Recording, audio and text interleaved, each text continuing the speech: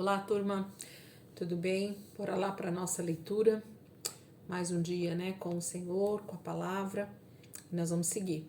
Nós começamos, né, na sexta-feira, no feriado, o livro de Atos e já estamos caminhando nele, então, desde então, né? Sexta, sábado, ontem, né, e hoje, domingo, a gente vai seguindo. Hoje nós vamos ler 2 capítulos que, como eu falei ontem, são um marco aqui dentro do livro de Atos, que é o martírio, né? A morte de Estevão, ali apedrejado justamente por pregar o evangelho, né? Então, Estevão vai ser esse primeiro mártir aqui que a gente vai ver sendo morto justamente só porque está pregando o evangelho. Então, nós vamos ler esse texto hoje de Atos, capítulo 7 e 8, e eu queria muito que você refletisse realmente sobre isso, sobre a sua vida com o Senhor, sobre a nossa vida, né, com o Senhor e com os nossos irmãos. Repensar o nosso cristianismo todos os dias é sempre bom, porque a gente precisa realmente olhar para as Escrituras e ver aquilo que realmente faz sentido no reino de Deus para a nossa vida, né? Para a gente não estar sendo uma farsa aí, né? Diante de Deus. Vamos lá então? Atos capítulo 7 diz assim: Então o sumo sacerdote perguntou a Estevão: São verdadeiras essas acusações? A isso ele respondeu: Irmãos e pais, ouçam-me. O Deus glorioso apareceu a Abraão, nosso pai, estando ele ainda na Mesopotâmia, antes de morar em Harã, e lhe disse: Saia da sua terra e do meio dos seus parentes e vá para a terra que eu lhe mostrarei. Então ele saiu da terra dos caldeus e se estabeleceu em Harã. Depois da morte de seu pai, Deus o trouxe a esta terra onde vocês agora vivem. Deus não lhe deu nenhuma herança aqui, nem mesmo o espaço de um pé, mas lhe prometeu que ele e depois dele seus descendentes possuiriam a terra,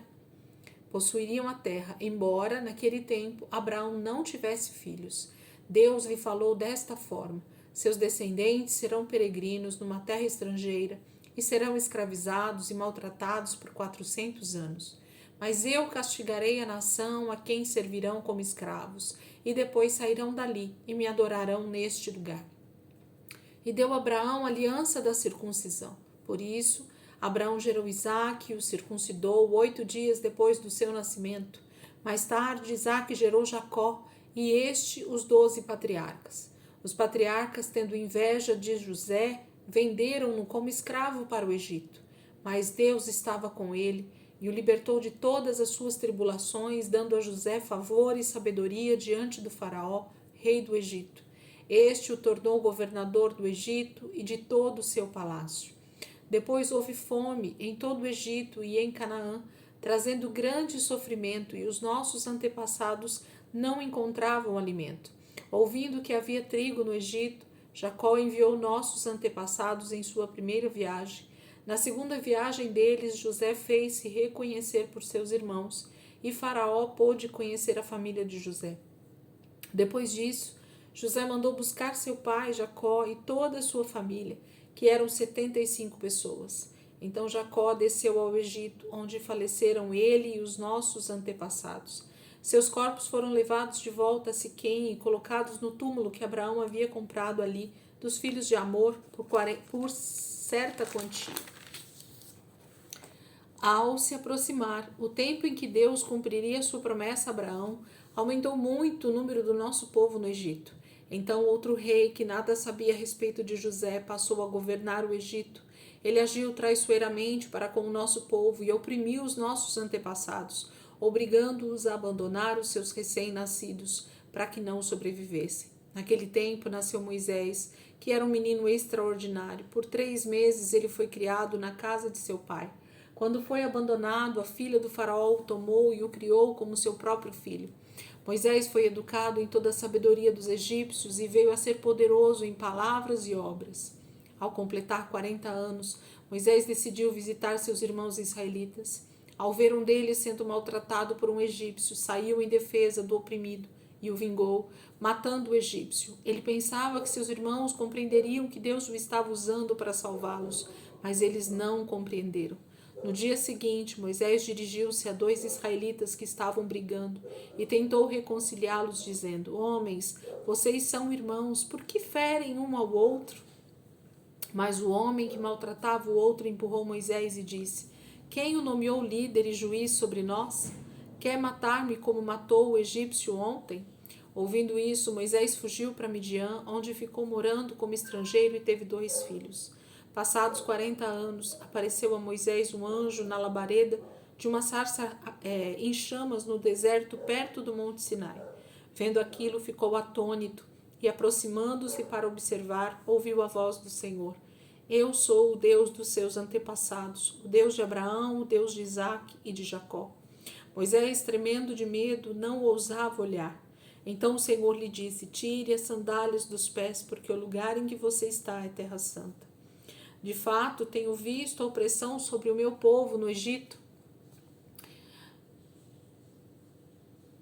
Ouvi seus gemidos e desci para livrá-los. Vem agora e eu o enviarei de volta ao Egito. Este é o mesmo Moisés que tinham rejeitado com estas palavras. Quem o nomeou líder e juiz? Ele foi enviado pelo próprio Deus para ser líder e libertador deles, por meio do anjo que lhe tinha aparecido na sarça. Ele os tirou de lá, fazendo maravilhas e sinais no Egito, no Mar Vermelho e no deserto durante 40 anos. Este é aquele Moisés que disse aos israelitas: Deus levantará dentre seus irmãos um profeta como eu. Ele estava na congregação no deserto com o anjo que lhe falava no Monte Sinai e com os nossos antepassados, e recebeu palavras vivas para transmiti-las a nós. Mas nossos antepassados se recusaram a obedecer-lhe, ao contrário, rejeitaram-no e em seu coração voltaram para o Egito. Disseram a Arão: Faça para nós deuses que nos conduzam, pois a esse Moisés que nos tirou do Egito não sabemos o que lhe aconteceu.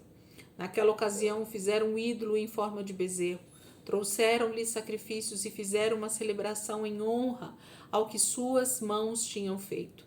Mas Deus afastou-se deles e os entregou à adoração dos astros, conforme o que foi escrito no livro dos profetas. Foi a mim que vocês apresentaram sacrifícios e ofertas durante os 40 anos no deserto, ó nação de Israel. Em vez disso, levantaram o santuário de Moloque e a estrela de seu deus Renfã, ídolos que vocês fizeram para adorar. Portanto, eu os enviarei para o exílio, para além da Babilônia. No deserto, os nossos antepassados tinham um tabernáculo da aliança que fora feito segundo a ordem de Deus a Moisés, de acordo com o modelo que ele tinha visto.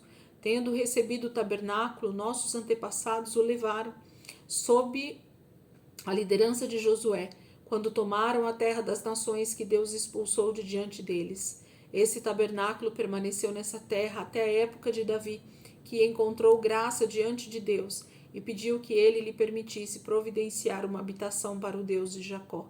Mas foi Salomão quem lhe construiu a casa. Todavia, o Altíssimo não habita em casas feitas por homens, como diz o profeta. O céu é o meu trono, a terra o estrado dos meus pés. Que espécie de casa vocês me edificarão, diz o Senhor? Ou onde seria o meu lugar de descanso? Não foram as minhas mãos que fizeram todas estas coisas? Povo rebelde, obstinado de coração e de ouvidos.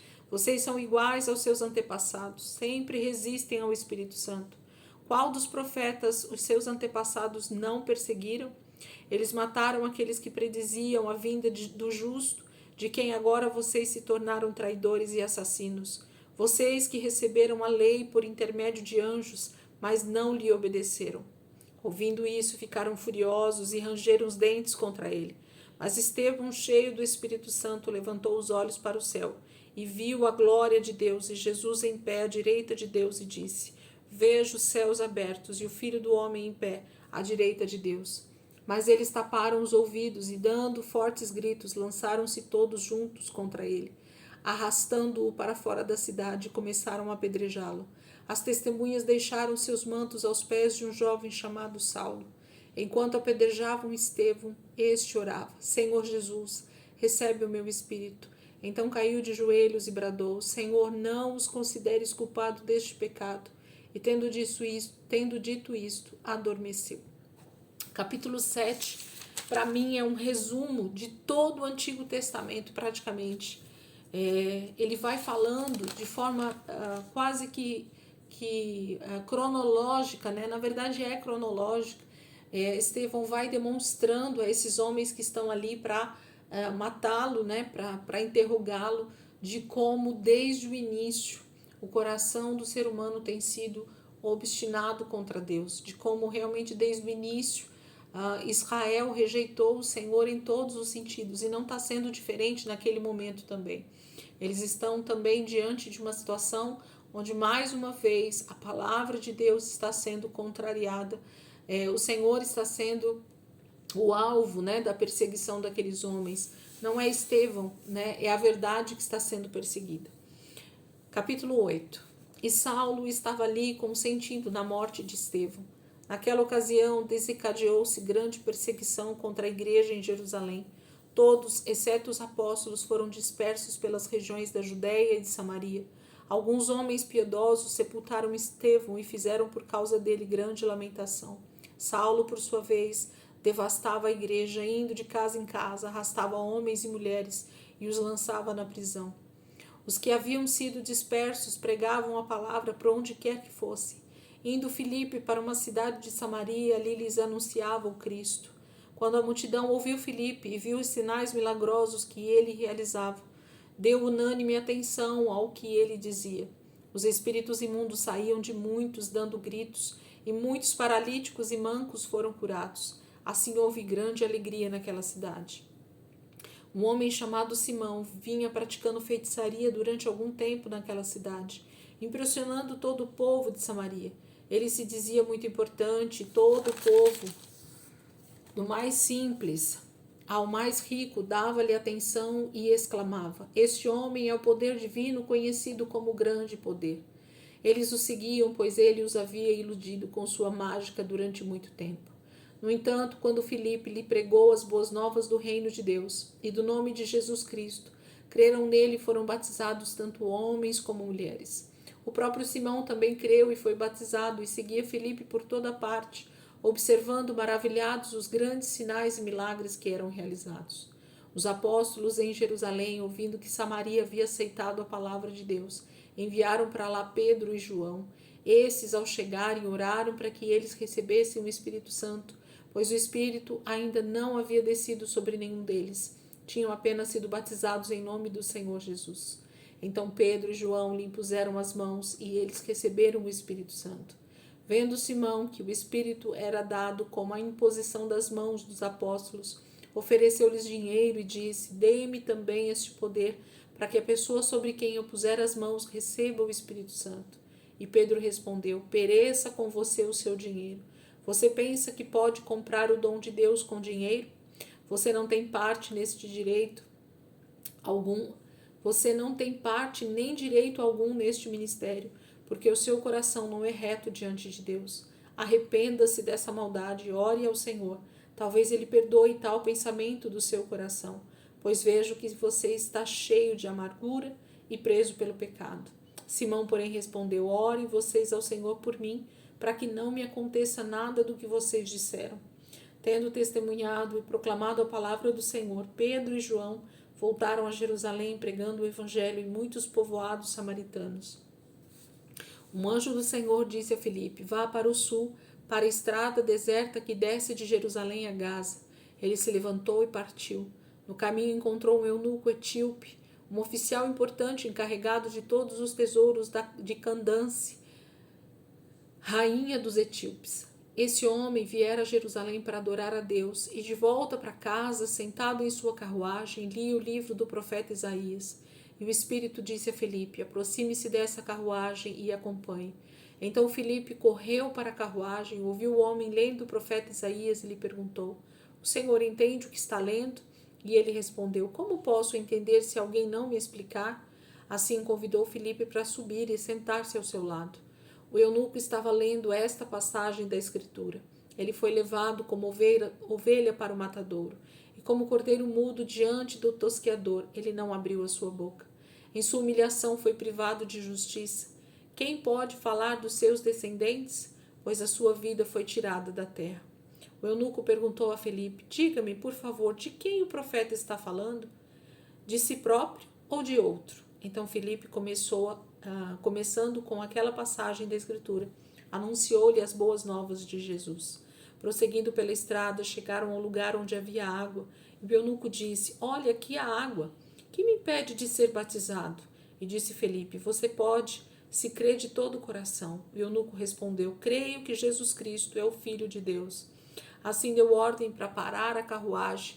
Então Filipe e o eunuco desceram à água e Filipe o batizou. Quando saíram da água, o Espírito do Senhor arrebatou Filipe repentinamente. O eunuco não o viu mais e, cheio de alegria, seguiu seu caminho. Filipe, porém, apareceu em Azoto e, indo para Cesareia, pregava o evangelho em todas as cidades pelas quais passava. Capítulo 8 é um relato, né, de como o Senhor começa a se mover de maneira poderosa, justamente por causa da perseguição que eles começam a ter. Então, a perseguição aumenta ali em Jerusalém, né, no centro ali dos acontecimentos. Eles se dispersam, os apóstolos permanecem ali na cidade de Jerusalém, por uma questão até de saber o que vai acontecer, mas a grande maioria daqueles que haviam se convertido, eles precisam fugir e esse é o momento em que o Senhor começa então a levar as boas novas do Evangelho também para outros lugares. Nesse momento eles já tinham recebido todo o poder necessário, toda a capacitação necessária para começar essa evangelização. E por isso o Senhor diz então, ide, né, por todo mundo e pregai o Evangelho. E aqui começa então essa demonstração desse ide, né? Eles começam a pregar por onde eles vão passando. Samaria é uma cidade que já começa a receber o evangelho. Filipe é levado ali para pregar para esse eunuco que nem era daquela região, né? Estava ali de passagem adorando a Deus e ele já leva as boas novas também para a Etiópia, né? E começa com certeza a falar de Jesus quando ele chega lá.